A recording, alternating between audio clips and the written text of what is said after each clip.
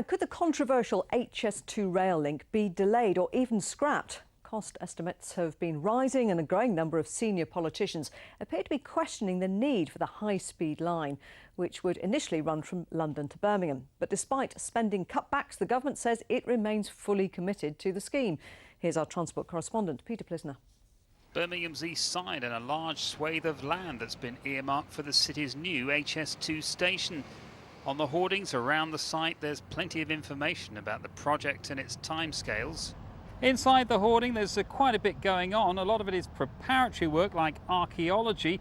The main construction work has yet to start, but HS2 say they are still on track. But could HS2 be heading for derailment? Boris Johnson, who could be the next Prime Minister, this week questioned the rising costs of the project, suggesting that the money could be better spent elsewhere. And today there's news that an investigation by the National Audit Office has found that the cost of buying land could reach almost £3.3 billion, 3 times the original estimate. HS2 Limited has also been criticised for delays in paying compensation to residents whose land is being compulsorily purchased. Despite the issues, West Midlands Mayor Andy Street maintains that HS2 must happen. This is not a new phenomenon. And I sort of accept we've got to keep making our case. Of course I would wish it wasn't the case, but actually we've got a brilliant case to make and we've got to keep on winning it. With fresh doubts being aired, those opposed to the project are sensing victory.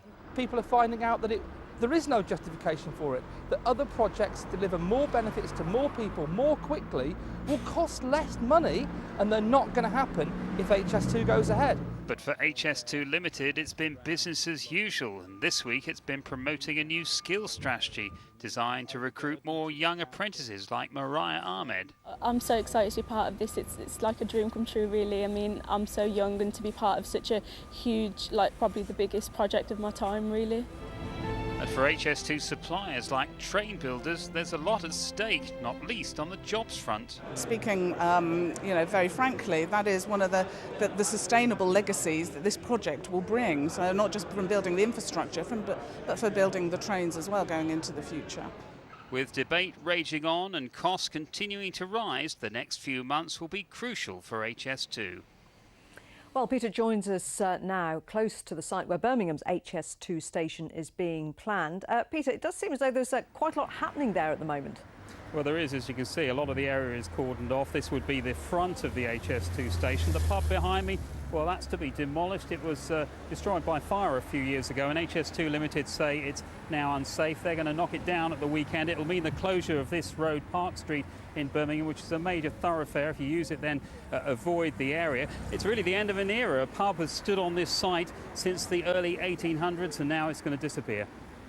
Now, Peter, the National Audit Office report, that's highlighted rising costs of the project. So what has HS2 Limited said about that? Well, HS2 are adamant that the project is on track and within what they call the funding envelope. They say in a statement, the overall cost of land acquisition programme reflects changes to scope, land value and parliamentary amendments. And on the subject of compensation, they say they want to ensure that all payments to those who are affected are timely, as well as being fair to them and the UK taxpayer. And they say the majority of those who apply for early payments have received them. Peter, you followed this project from when it was first proposed a number of years ago now. So the big question, do you think HS2 will be scrapped?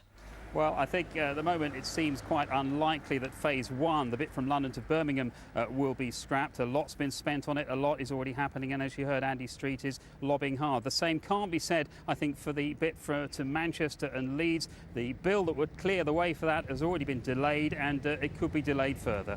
OK, we will talk about this again, I'm sure. Peter, thanks very much.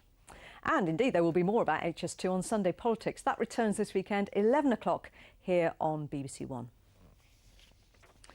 Hundreds